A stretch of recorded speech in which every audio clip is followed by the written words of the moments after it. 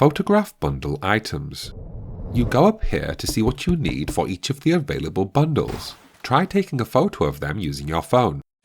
That way, as you sort through the stuff that you have stockpiled, you can pick out the things you need rather than having to remember which is which. When you have something in your inventory that is eligible for a community center bundle, then this small button here will start to pulse. It is very easy to miss, but it's handy if you've just found something new.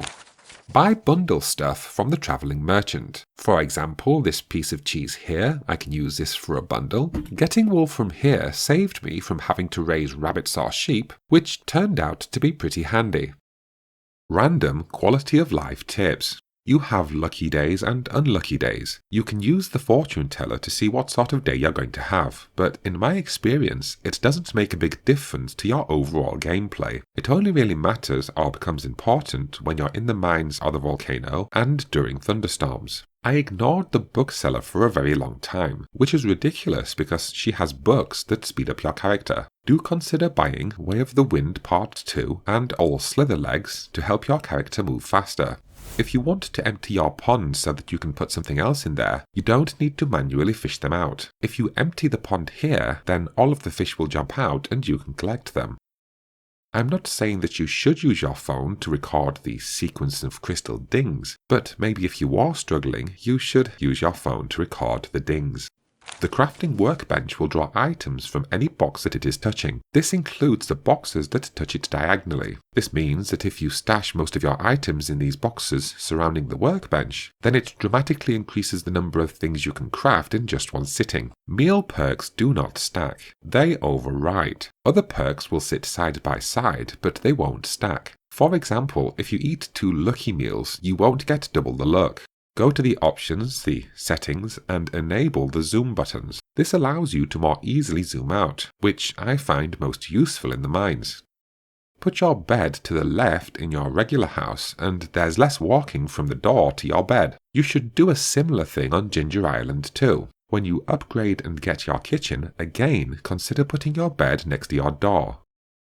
Holding the button to harvest, and lots of other stuff. You can do a massive amount in this game by simply holding a button. I will discuss how this works on the Nintendo Switch and on games consoles, but first let me cover how it works on the PC. Starting with harvesting, hold down the left mouse button, keep your cursor near wherever your character is located, and just keep holding down the left mouse button. Now, with these chickens, if I hold the left mouse button, nothing happens. But if I hold the right mouse button, then they are petted as I move by. You can harvest and plant at the same time too. Here I'm just holding down my left mouse button, and I'm harvesting these artichokes as I go along. Now I select some seeds in my toolbar, press and hold the left mouse button. I have to move slightly slower, but as you can see, I'm harvesting the artichokes and I'm planting new seeds as I pass by. Then, still without taking my finger off of the left mouse button, I continue to plant seeds in this empty patch here.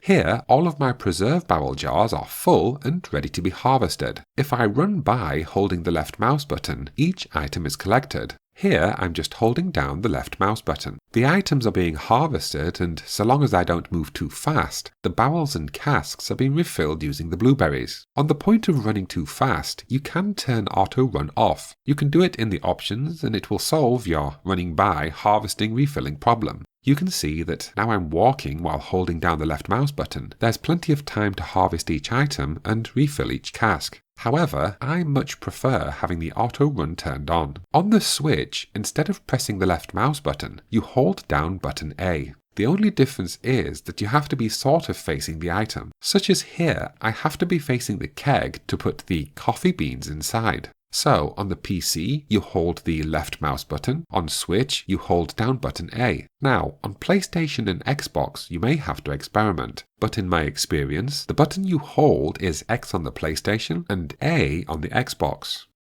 Getting pets to give you gifts. Get maximum hearts with your starter pet and you can buy a new pet. The pets that love you will give you gifts at random intervals. You can see here on the Animals tab just how many pets you have and just how much they love you. Interact with your pet once per day to receive friendship points. You can now see on the Pets tab the pet box has been checked.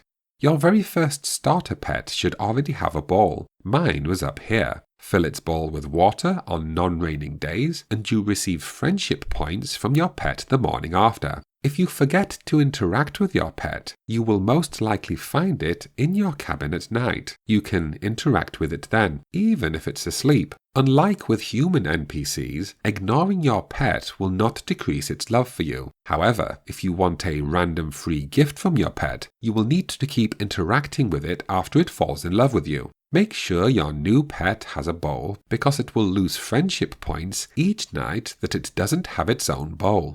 Also, just for giggles, you can put a hat on your cat or your dog if you want. Interacting with livestock early game. Your household pets will not lose love for you, but your livestock will. Though all you really need to do is pet and feed them every now and again, and they will be fine.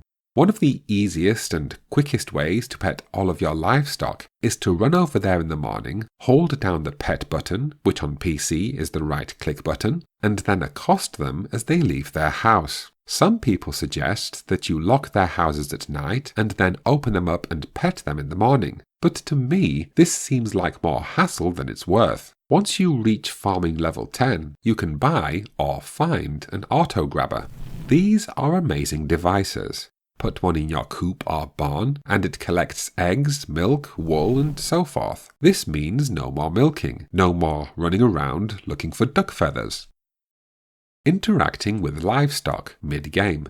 There are plenty of reasons to get married in this game, but one of the more convenient is how your spouse can do chores around the house. I cover how to get married later in this video. Your spouse will feed your animals among doing other chores, and this is handy if you haven't fully upgraded your animal houses yet. By the mid-game, you probably have all of the items that you need for your bundles, so it isn't super terrible if some of your livestock start to lose love for you. Spouses fix fences, but it's okay if you forget about your fences and let your animals run loose. Your livestock will eat the grass, which is fine. It saves you having to refill their food troughs as often. If you chose the Meadowlands farm, go into the chicken area and cut out all of the green grass. This allows only the blue grass to grow, and the blue grass adds more friendship points when your animals eat it. Interacting with livestock late game. Upgrade your coop and barn for the auto feeder, after which your biggest concern is just making sure that you have enough feeding material in your silo. After you achieve foraging mastery, you will start to find golden mystery boxes from fishing, trees, combat, etc. After opening enough of them, you will eventually get an auto petter. The auto petter doesn't do much by the way of helping you make more friends with your livestock, but it does help stop you losing friendship if you've gone a few days without petting or feeding your animals. Don't try to brute force your way into getting the auto petter. It really isn't worth the hassle, but if you really want to, here is how you brute force the issue. During the mid to late game, when you've achieved all of the masteries, take a deep dive into the Skull Cavern on a fortune teller lucky day, wearing lucky rings and after eating a lucky meal. You will need to make some staircases, or you need to buy some staircases from the desert merchant using jades. With the staircases in your inventory, descend each level one at a time. Don't use the tunnels, just descend one at a time using an available ladder or a staircase. The aim is to spawn a reward box. These appear randomly each time you start a new level. The higher your luck stat, the more likely it is that one of these chests will appear. Now, I strongly recommend that you do this after receiving and reading the note Secret Note 10. This will start the Cryptic Note quest, and this means that when you reach level 100, you'll get a reward. Anyway, you can see here that I land on a chest level, and then the very next level is also a chest level. This shows that the process is pretty random. As a result, if you don't walk away with an auto petter, then you may as well reset the day from the title screen. Otherwise, you have just used a lucky meal and all of those staircases for nothing. Harvesting your pond for some quick cash. Pop a sign on your fish pond. That way, when your fish pond reaches 10, you can harvest the fish and sell them. As you know, each type of fish gives you different rewards. So why am I pulling sturgeon out of this pond? Well, the sturgeon only gives out 1 or 2 roe eggs, and those are used to make valuable caviar. You only need 1 sturgeon fish in the pond to create roe, so I may as well harvest and sell the rest of the fish when the pond gets full. Here I have sea cucumbers. I harvest them every now and again because they are my main ingredient in the lucky meal. They for me are a good fish to have in my pond because I like eating a lucky meal before I go cave diving. Ponds are fish-making factories. If you need several of a certain type of difficult-to-catch fish, perhaps for a quest, then pop 1 or more in a pond and let it reproduce. I find it difficult to catch ghost fish, so when I found one on a ghost, I put it in a pond and I let it reproduce until I have all that I need. I then keep this one in a box just in case I need to breed it again at a later date. The only fish type that you cannot reproduce are legendary fish. This means you cannot increase the speed at which they create roe. This is accepting the use of golden crackers, of course, which doesn't speed up production, but does increase the yield. Since legendary fish roe sells for quite a lot of gold pieces on its own, it still works out as a good, low-maintenance moneymaker. Another good fish is a sturgeon, because you can turn its eggs into caviar that will sell for 500 gold each. Lava eels also create nice expensive roe, but also, if you have 8 or more lava eels in your pond, then they may create cave jelly. And I would rather get cave jelly passively from the lava eels, rather than having to spend ages fishing for it in the mines. In my case, I need the cave jelly for fish smokers. Pop in a legendary fish if you want to create expensive roe, which you can then put into a preserves barrel jar, which will increase its selling price even more. Using ponds for food ingredients. Experimenting with different creatures in the pond is fun, though I must admit to checking the wiki from time to time. In fact, the only reason I filled my pond with crabs is so that Willy would give me the pearl. I did this even though the pearl is no longer as rare as it used to be in previous versions of Stardew Valley. There are 2 types of squid that create squid ink rather than roe. This is handy for making seafoam pudding, which is one of the best, if not the best, food to make you better at fishing. There's Super Cucumber for things like Iridium ore, which is handy if you haven't started descending the Skull Cave yet. You find sea cucumbers at the Night Market Festival, where you have to go down in the submarine to get it. Though, in my opinion, you are better off paying off the bundle fees and having the bus repaired so that you can go iridium hunting in the Desert Skull Cave. Roe is made to be sold. I hoarded fish roe just in case it was needed, but it really wasn't. Sure, you need roe for one of the bundles, but it isn't a specific roe. You can use it from any of the fish egg types that you find. Fish roe is only meant to be sold or to be put into preserve jar barrels and then sold. You don't need to hoard it like I've done here. My best strategy was to convert it all into preserves and then sell it. Even in terms of handing out roe to NPCs, they only have a neutral reaction to it, so there's really no point. Roe is made to be sold as is, or preserved and then sold. It's just another passive way of making some gold. Sweet gemberry is made to be sold. This is another one that's just made to be sold. It grows from rare seeds, it doesn't benefit from the tiller profession, and you can't put it into a preserve barrel jar or a keg. You get more of its seeds by putting it into a seed maker. Otherwise, you can just sell this stuff for a pretty good profit. It takes 24 days to grow, but that makes it a low-maintenance, easy, late to mid-game farming item. NPCs don't value it as a gift, so its only other use is to hand one over to the statue in the secret woods, for which you will receive a star drop item. Sell weapons to the Adventurers Guild.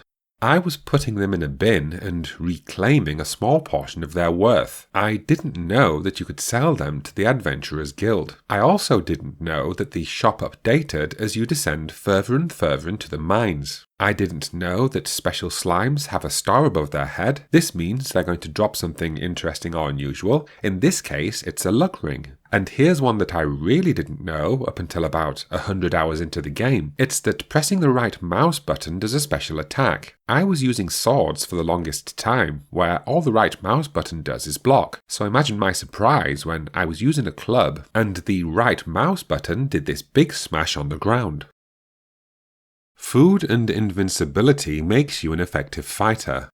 I was going to give a whole bunch of fighting tips, but there are really only two factors that you genuinely need to consider. The first is that time freezes when you eat something. No matter how much damage you are taking, if you have enough health items, then you are going to survive. The second point is that after you have refilled your health bar, remember that when you are hit, you are temporarily invulnerable. This means you can lure a big group of enemies to attack you, like this, and as you see, I'm avoiding several attacks simply because they occur during my periods of invulnerability. You soon learn that backing enemies up into a corner is a pretty good strategy.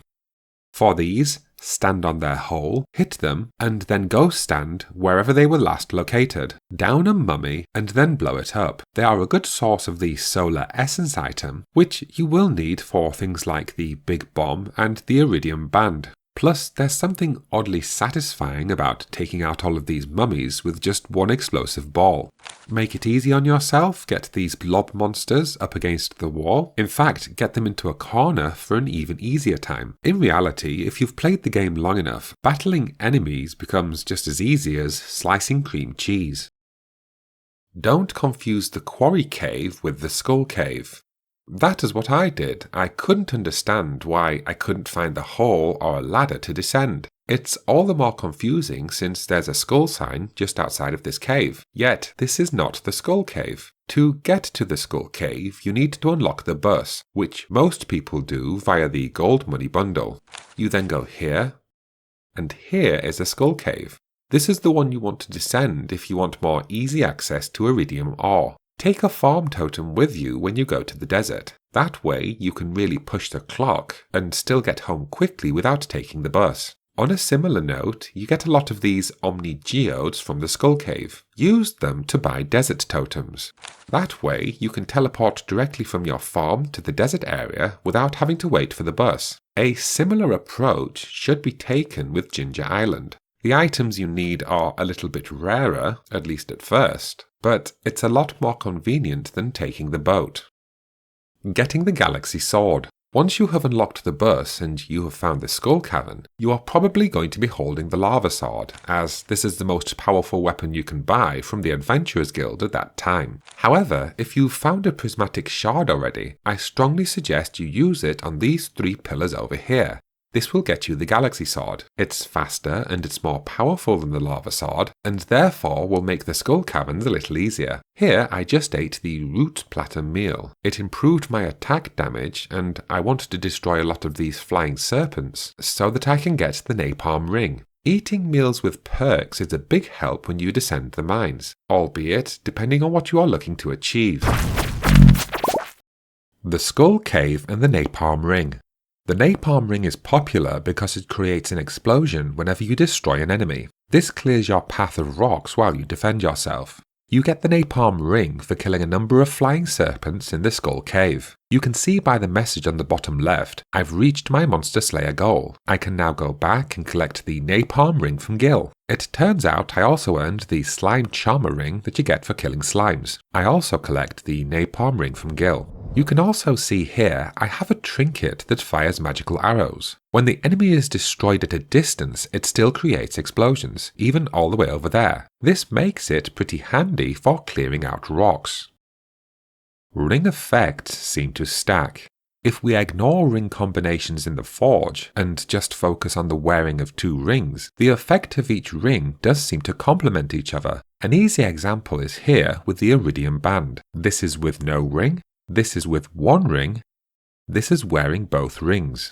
Here, my character is wearing a single Iridium band. The first hit does 75 damage, the second does 80 damage, and then a 473 critical hit. Wearing both rings, the first shot does 93 damage, then 89 damage, and apparently that's all the skeleton could take. Even though attack numbers are semi-random, it is obvious that wearing both Iridium bands is having an effect on my attack numbers.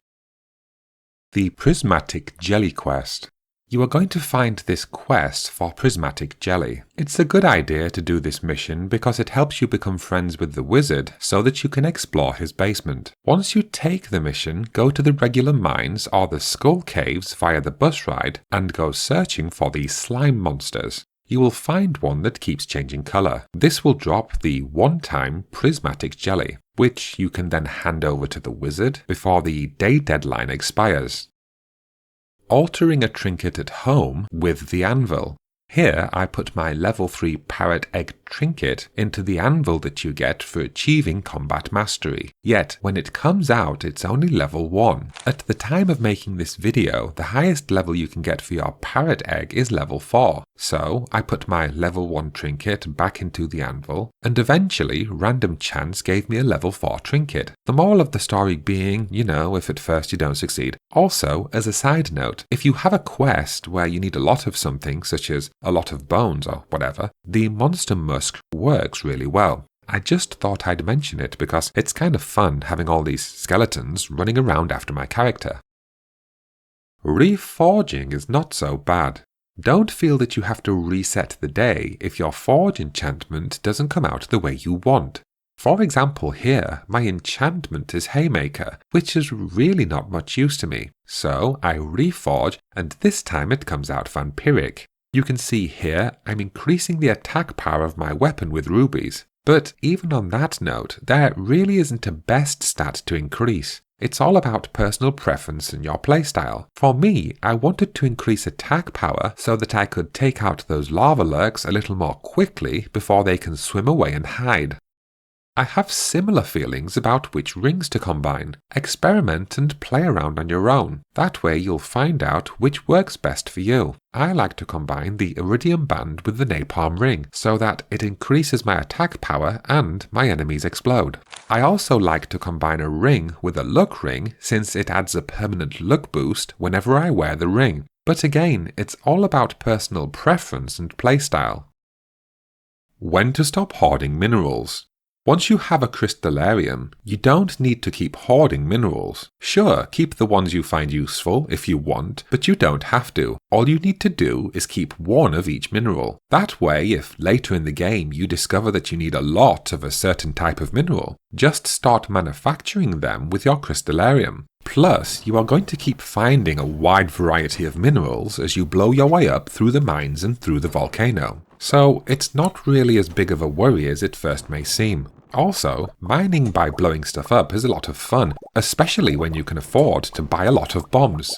There is a small minority of people who seem to believe that the tips I give are often-wise very inconsequential, but this tip about hoarding minerals is a perfect example of why I do what I do. When I played this game, I hoarded minerals in epic amounts because I believed that later in the game I may need a massive amount of one or the other. It was only really 400 hours into the game where I thought to myself, hey, I could just keep one of each of these, build a whole bunch of crystallariums, and then grow whatever I need. The point of me giving tips in the way that I do is so that you yourself don't find yourself 400 hours into the game, hoarding a bunch of stuff that you don't need, and in effect doing what I was doing, which was technically sitting on a whole bunch of stuff that I could have sold, and then readily and easily upgraded my farm.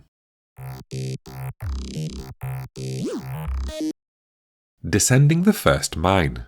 For the regular mine, doing 5 levels per day is pretty manageable. It saves your progress every 5 levels by opening up a new elevator button. When you go to the mines outside of the Stardew Valley area, take these teleportation totems with you. Remember that you are always against the clock when you go somewhere like the mines or the volcano. With a teleportation totem, you can play all the way to 1 AM and then just use the totem to teleport yourself back home. You can make staircases to descend your way faster. You make them from stone, or you can trade jades for them over here at the Desert Trader.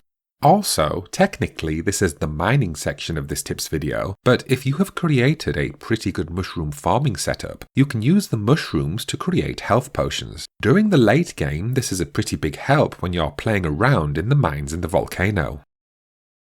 Getting more dragon teeth.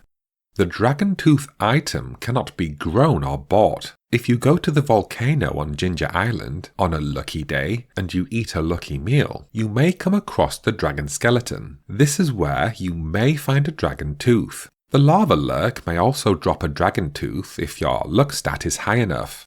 Another side benefit to having a high luck stat is that the chest drops are a little more favourable. The best long-term method is to go over here to Pirate's Cove and to fish for the stingray. This again is on Ginger Island after you've fixed up Willie's boat, after you've built the farmhouse, and after you've unlocked the beach resort. You then run over here, and this is the only place that you can fish for stingray.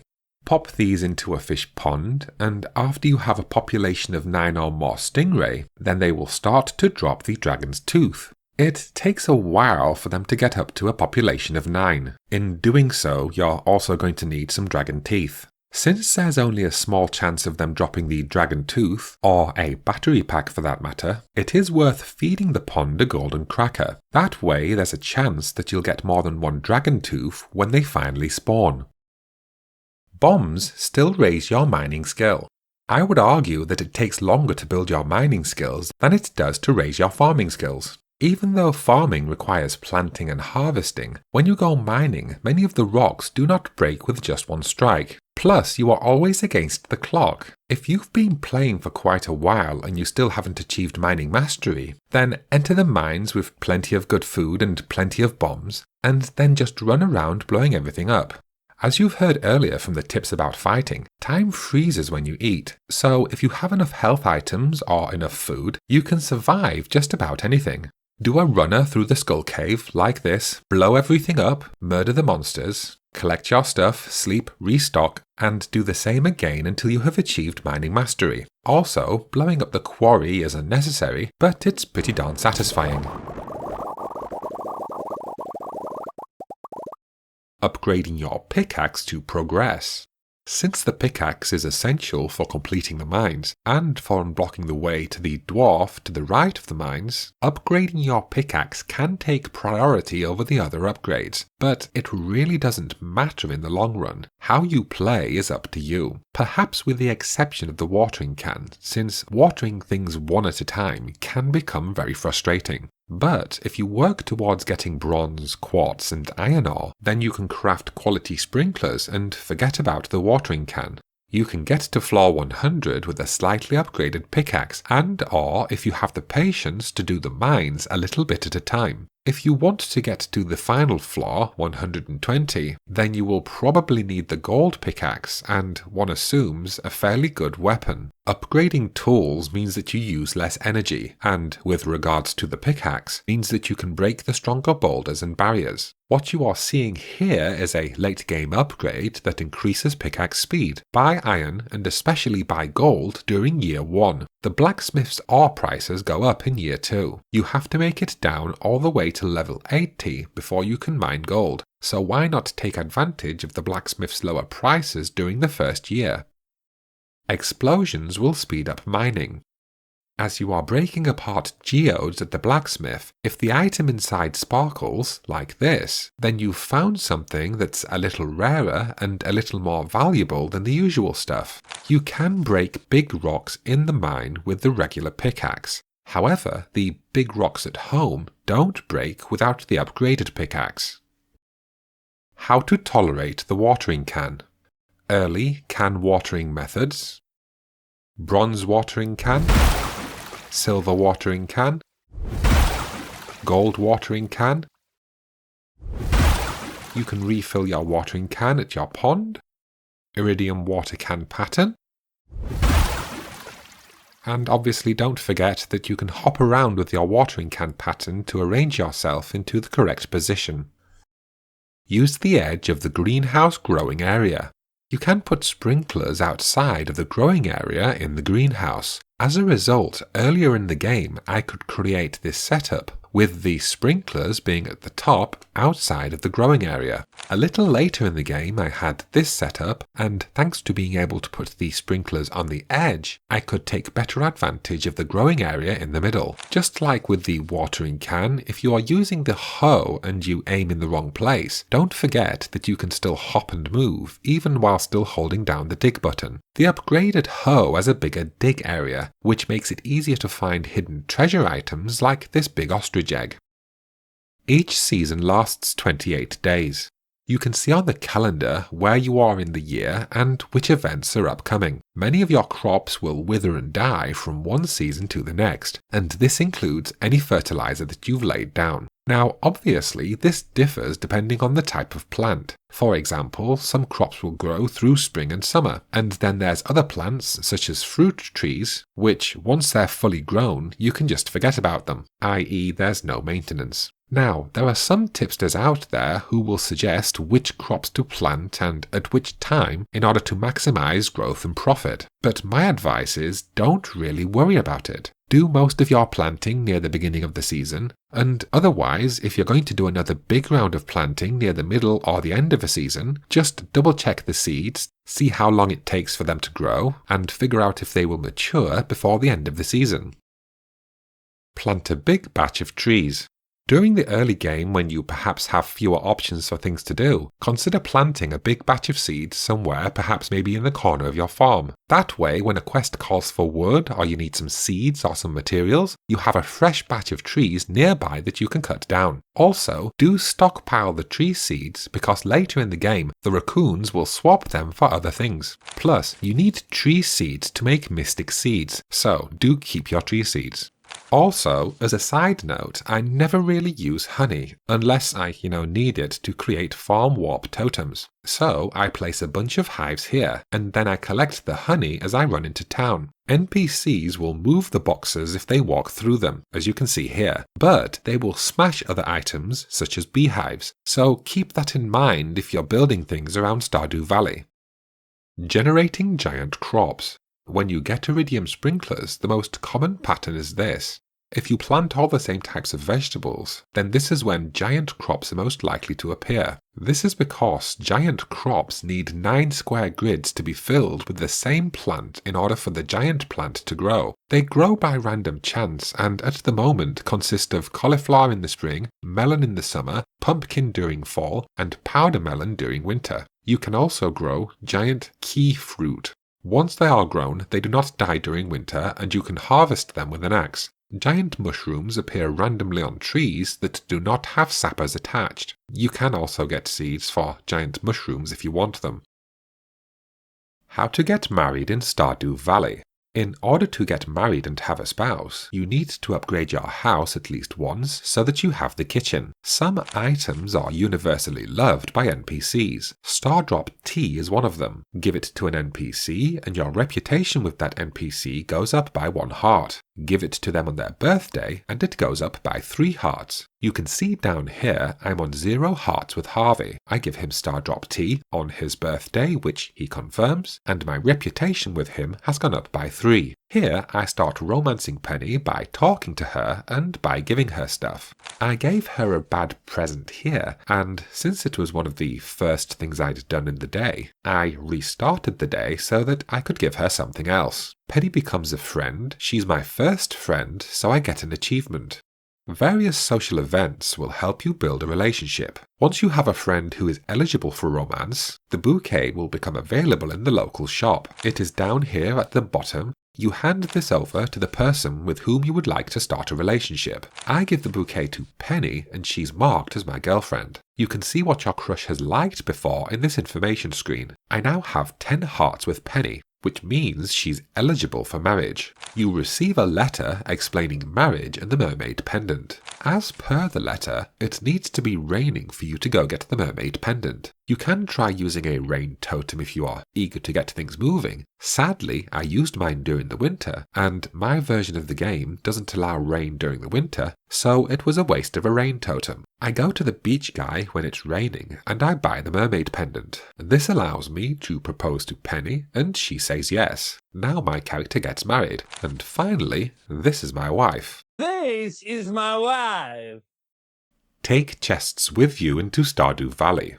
For example, if you are fishing and you have run out of inventory space, drop down a chest, fill it with your stuff, and then carry on fishing as normal. You can return later to collect your stuff. I like to put chests right next to the elevator. That way I can drop off my stuff and it gives me more inventory space. Plus, I can leave stuff in the box forever because things inside of boxes don't despawn. I even put one outside of the Quarry cavern, which is kind of pointless in the long run, but even so, even with a fully upgraded backpack, having this box here means that you can dump out your stuff, organize your inventory, and just keep the things you need. If a chest has items inside, then you can hit it with a heavy tool to move it along one space. If your chest is empty, then hitting it with a heavy tool will put it back into your inventory.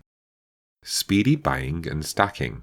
These are mostly PC controls, but I will throw in some Nintendo Switch stuff too. We all know that if you right-click on a stack, then it takes one thing at a time. If you left-click on a stack, then it takes everything. Hold Shift and press right-click to move half of the stack. Buying is a little different. Hold Shift and then press right-click or left-click and you will buy 5 items at a time. Hold Shift and then hold the right click and you will buy items continuously. Holding Ctrl, Shift and the number 1, press left click to purchase 99 stacks at a time. In other words, holding Ctrl, Shift and then holding 1 and then left clicking will purchase the maximum amount you can buy. Roll the middle mouse button to select between items in your toolbar. Press Tab to switch between the 3 rows of items. Hold Shift and press right-click on the item in your toolbar to throw it out of your inventory. If you are playing on Nintendo Switch, press buttons Y and A at the same time, and it speeds up the buying rate. If you are moving things from your inventory, pressing the Y button will move things one at a time, or you can hold it to move multiple things at a time. Select an item and press B, and it will move the item over to your trash can. Press the Journal button while in your inventory to quickly organize your items. Press Escape on PC to cancel fishing. On Nintendo Switch, press X to cancel fishing. It is handy if, like here, during the Squid Festival, you don't have to waste time hunting fish that you don't want. Stockpile items to make bundles and quests far easier. The primary reason I stockpile stuff is because I can never be sure of its absolute value, especially in the early game when it isn't fully clear which items are rare and which are not. It may look like a regular old pearl in real life, but I have no idea how valuable it is as a crafting resource or maybe as something else. The second reason I stockpile is because quests and bundles often ask for very specific things, and in many cases, because I stockpile my best stuff, I often have the required item on hand right away. Plus, once I get to know the game and learn which items are common and which are rare, stockpiling allows me to quickly sell off the more common stuff whenever I need a quick cash boost. Cast a line into any wet patch. There's a wide variety of areas in this game where, if you cast a fishing line, you may find something hidden. You can see by these various examples here, if you find somewhere wet or even, lava, have a try at casting your line into it. You should give it a try because this game is loaded with hidden things that you can find. Getting wild double bait. I needed to double bait because my crab pond was asking for it. Anyway, to get the double bait, the wild bait stuff, you need to get Linus up to 4 hearts. You can make a start by retrieving his basket, which is a quest that you are given fairly early in the game. It gets you started in terms of building a friendship. You can do it relatively quickly by giving him yams and by giving him rabbit's feet as gifts. I gave him diamonds, which turned out to be a bit of a waste of time in the end. At one point I even ran out of diamonds, so I gave him a gold star hazelnut and I talked to him, get Linus up to 4 hearts, and then at some point you're going to pass by his area between 8 PM and 12 AM. If you do it on a day that's not raining, then Linus will teach you the recipe. If you use it with your fishing rod, then there's now a chance that you'll receive 2 fish instead of just 1. Use cheap and nasty crops for preserves. When you put a vegetable or fruit into a preserves barrel jar, the quality of those items is not taken into account, so you may as well fill them with your lowest quality fruit and vegetables. Here I add a gold star carrot, cauliflower and parsnip to these preserve barrel jars. I add silver vegetables to these wooden jars and regular vegetables into these. When it is time to collect them, I pick them up and they stack on top of each other. The more high quality vegetables didn't create high quality preserves. They stack on top of each other because they each have the same value. The preserves jar, this barrel thing, is used to make pickled vegetables, fruit jelly, aged roe, and to make caviar from sturgeon roe. These are items you typically need for quests, or for bundles, or for gifts to NPCs. Though during the early game, I used them to recharge health and energy in the mines. Getting the glowstone ring by wagering green. You can craft the glowstone ring by reaching mining level 4, but it's more fun winning it at the Stardew Valley Fair. Now you can buy a bunch of tickets and then just buy the ring, but this is expensive. Your best bet is to win 1000 tickets at the fair and then gamble them on the spinning machine. You can see here I chose my best quality items. Try to cherry pick your best stuff from these categories: animal products, artisan goods, cooking, fish, flowers, forage, tree saps, fruit, minerals, vegetables. Though if like me you don't have a wide range of items, just pick a few of your best and they will suffice. You then go over to the spinning machine and you bet half of your star tokens on green. I bet all of my tokens because I was quite happy to restart the whole day and, do all of this rigmarole again. Players have discovered that if you pick green, then you are almost 3 times more likely to win than if you pick orange. The theory is that if you bet at least half of your total star tokens each time, then statistically at the end you should come out a winner. However, again, since I was willing to quit to the title screen and start again, I bet everything I had.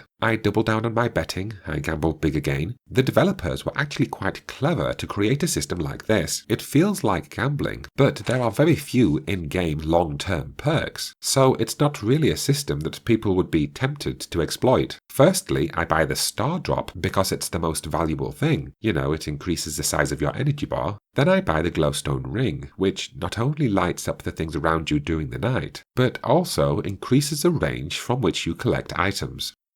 Finding hardwood in the secret woods. You can get hardwood from mahogany trees and from mystic trees. You can reach level 10 in foraging, and you can make it so that you randomly earn a bit of hardwood each time you cut down regular trees. There is a secret entrance right here that leads to Cindersap Forest. You need to upgrade your axe so that you can break through this log. When you get into the secret forest area, there's a small cordoned off section. To get in, you need to test the perimeter around here. Then you can get in here.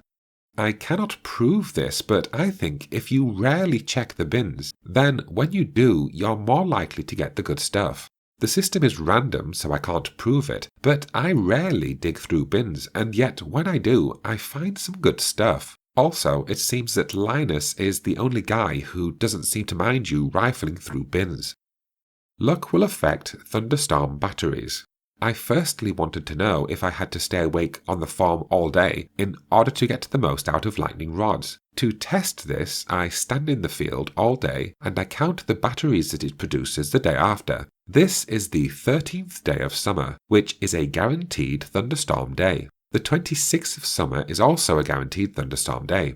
During winter, there are no lightning storms. I tried rain totems a bunch of times, including during spring, but to no success. You need at least 1 battery pack for the lockbox in the bus tunnel, and at least 5 battery packs to fix Willie's boat. You really probably should make the most of thunderstorms in the summer if you want to make some progress during the mid to late game. After a full day stood in the field, I have 2 batteries over here and 3 over here for a total of 5 batteries. With some save manipulation, I restart the same day on the 13th. But this time I wake up and I go straight back to bed. Then, the day after, I go straight to bed again. Despite there being thunder, no battery packs have been produced. This time I reset the day, it's the 13th again, but this time I have the lucky ring and I eat a lucky meal. I will speed up this footage while we wait, but it's clear that you have to stay on the farm in order to reap the most batteries out of a thunderstorm. I'm not suggesting that you stand in a field like I'm doing. This is just a test. I also don't know how long you have to stay awake for,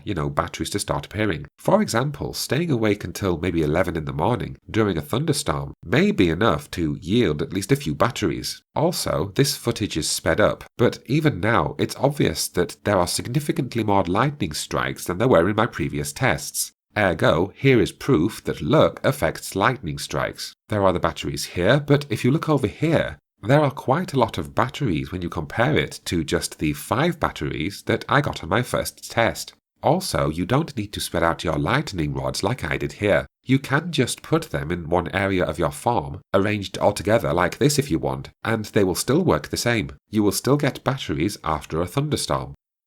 Getting ginger from Ginger Island. It took me a while to figure out what these plants on the floor actually are. Turns out they're ginger and you can harvest them with a hoe. I didn't figure it out because they look like plants, so I figured you use your hands or maybe the scythe. But yeah, you harvest your ginger with the hoe. You will need the ginger to create Ginger Island totems. Also, speaking of the hoe, I didn't know this, but after you upgrade your house and you get to the cellar, you can harvest items if you use the hoe on the casks, as I am doing here. Obstructions only affect a growing fruit tree. Even paving will stop a fruit tree from growing. Try adding the paving after the fruit trees are fully grown.